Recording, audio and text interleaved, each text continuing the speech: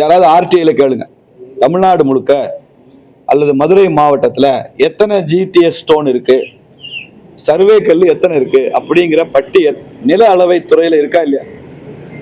Tamil Nadu survey டிபார்ட்மெண்ட்ல தமிழ்நாடு முழுக்க இருக்கிற சர்வே கற்களுடைய பட்டியல் இருக்குதா இல்லையா? அந்த பட்டியல்ல திருப்பரங்குன்றம் மலை உச்சியில் இருக்கிற இந்த தீபத்தூண் சர்வே கல்லுன்னு பட்டியல் இருக்கா? அப்படி எங்கேயாவது இருக்கா? நீங்க மதுரையிலேயே சமணர் மலைன்னு ஒண்ணு இருக்குங்க, அது சமணர் மலையில இதே மாதிரி தீபத்தூண் இருக்கு. அப்ப அது சர்வே கல்? அது அந்த மாதிரி சர்வே கல் எங்கேயுமே இல்லை. எந்த சர்வே கல்ல 10 லிட்டர் எண்ணெய் ஊத்துற மாதிரி மேல குழி இருக்கும்? எந்த சர்வே கல்ல கீழே பீடம் இருக்கும்? எந்த சர்வே கல்ல கல்வெட்டுக்கள் எழுத்துக்கள் பொறிக்கப்பட்ட கல்வெட்டு இருக்கும்? இதெல்லாம் திருப்பரங்குன்றம் தீபத்தூண்ல இருக்கு. சர்வே கல் வேற, தீபத்தூண் வேற. இந்த ரெண்டுக்கு வித்தியாசம் தெரியும். ஒரு பழமொழி சொல்லுவாங்க தமிழ்ல, நக்கிற நாய்க்கு செக்குன்னு என்ன சிவலிங்கம் என்ன, அதுக்கு வித்தியாசம் தெரியாதும்பா. அது பழமொழி. நான் அந்த பழமொழி அதுக்கு உதாரணமா இந்த இப்ப பேசுறவங்களுக்கு நான் உதாரணம் கொண்டு வர விரும்பல. சர்வே கல்லுக்கும் தீபத்தூணுக்கும் வித்தியாசம் தெரியலன்னு சொல்றதுக்கும் இந்த பழமொழிக்கு பெரிய வித்தியாசம் இல்லை சார். இப்போ வழக்கு ஹைகோர்ட்லயுமே சுப்ரீம் கோர்ட்லயுமே வழக்கு மேல்முறையீடு நாங்க வரவேற்கிறோம். ராமஜென்ம பூமியே தொல்பொருள் ஆய்வுத்துறைக்கு அப்புறம் தான் அது இந்து ஆலயம், ராமன் ஆலயம்னு எஸ்டாப்ளிஷ் ஆச்சு. அது முகமதுன்ற ஒரு முஸ்லீம் தொல்லியல் அதிகாரி தான் அதை உண்மையை வெளிக்கொண்டு வந்தாரு. இது பாபரி மஸ்ஜித் இல்லைங்க, இது ராமர் கோயில் தொல்லியல் துறையினுடைய அறிக்கையை முதல்ல கொடுத்தவர் முகமது என்கிற முஸ்லீம். அது மாதிரி இது தீபத்தூண்கிறதையும் ஆய்வுல தெரிய வரும். அதனால இது சப்ஜுடிஸா நான் நினைக்கல. ஆனால் நீதிமன்றம் அப்படி நினைச்சா அதை நான் ஆட்சேபிக்க முடியாது. அது நீதிமன்றத்தினுடைய ப்ரீரெகேட்டிவ், நீதிபதிகளுடைய ப்ரீரெகேட்டிவ். அதில் நான் தலையிட முடியாது. இப்ப நீதிபதி மேல நிறைய விமர்சனங்கள் வச்சிருக்காங்க. பார்லிமெண்ட் வரைக்கும் போய் அவரை நீக்கணும்னு. ஏன் சபரிமலையில பெண்களை அனுமதிக்கணும்னு சொன்ன நீதிபதி மேல ஏன் விமர்சனம் பண்ணல? ஏன் சார் பண்ணல? சபரிமலையில பெண்கள் போகணும்ன்ற நீதிபதி திருப்பி கொடுத்தாரு. அந்த நீதிபதி ஏன் விமர்சனம் பண்ணல? ஏன் இம்பீச்மெண்ட் கேட்கல?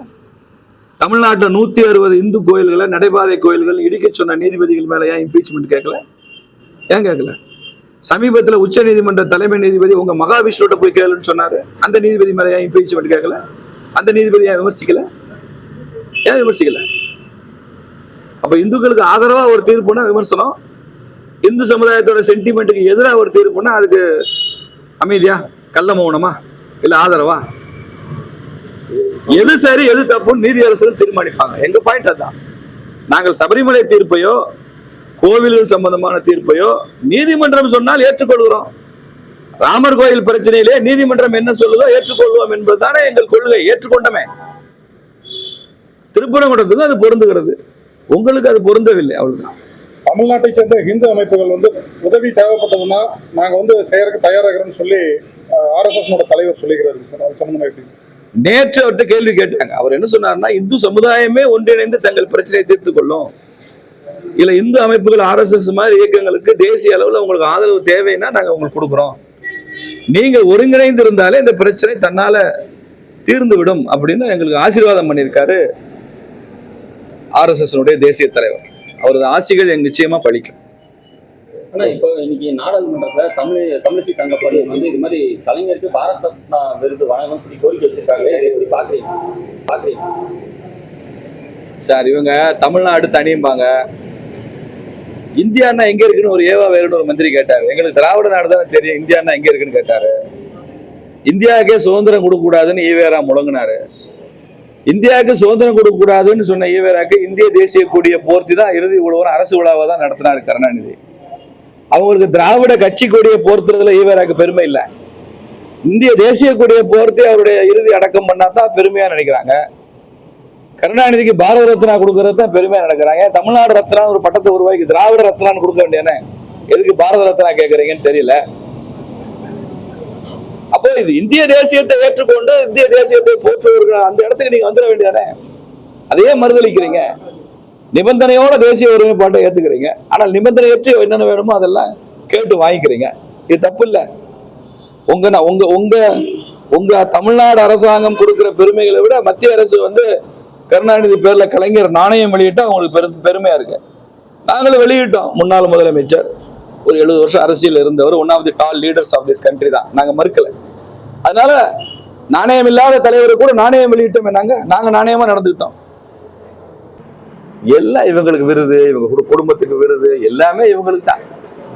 இதை தாண்டி சிந்திக்க மாட்டாங்க. எல்லா விருதும் தனக்கே.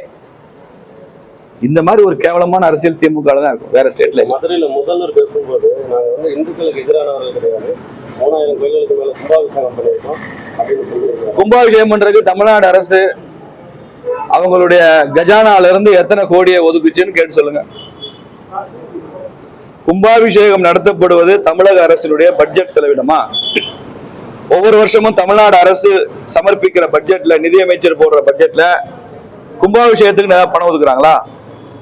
3000 கோயிலுக்கு கும்பாபிஷேகத்துக்கு தமிழ்நாடு பினான்ஸ் மினிஸ்டர் அவங்களுடைய ட்ரெஷரில இருந்து பணம் கொடுத்துருக்காங்களா? 5 பைசா கிடையாது. எல்லாம் ஸ்பான்சர், கட்டளைதாரர்கள். கோவிலுக்கு கலர் பெயிண்ட் அடிக்கிறவங்க கட்டளைதாரர்கள். வேத பாடசாலை இது அமைச்சு அதுக்கு முழுக்க வேத மந்திரங்கள் முழங்குறவங்க, பீஜ மந்திரங்கள் முழங்குறவங்க கட்டளைதாரர்கள். அன்னதானம் பண்றவங்க கட்டளைதாரர்கள். அமைச்சர்கள், எம்எல்ஏக்கள், எம்பிக்கள், திமுக உட்பட அவங்களையும் கூப்பிட்டு வச்சு சிறப்பு செய்யறவங்க எல்லாம் கட்டளைதாரர்கள் தான். இதுல என்ன நீங்க பெருமை பீத்திக்க வேண்டிய என்ன இருக்கு? முழுக்க முழுக்க மக்கள் பணம், மக்கள் முயற்சி, மக்களுடைய பக்தி. இதுல நீங்க கொண்டாடுறதுக்கு என்ன இருக்கு? 3000 கோயில் 30,000 கோடி செய்யலாம். இதுல திமுக கிரெடிட் எடுத்துக்கூடாது. EPS சாரும் நயினார் சாரும் என்னென்ன முடிவுகள் எடுத்திருப்பாங்க சார்? அது ஏதாவது இபிஎஸும் நயினாரும் 2 பேரும் தமிழகத்தின் மிக முக்கிய தலைவர்கள் சார். 2 தலைவர்கள் பேசினா அரசியல் தான் பேசியிருப்பாங்க. நான் அவங்களை சந்திக்கிறப்ப என்னன்னு கேட்டு சொல்றேன்.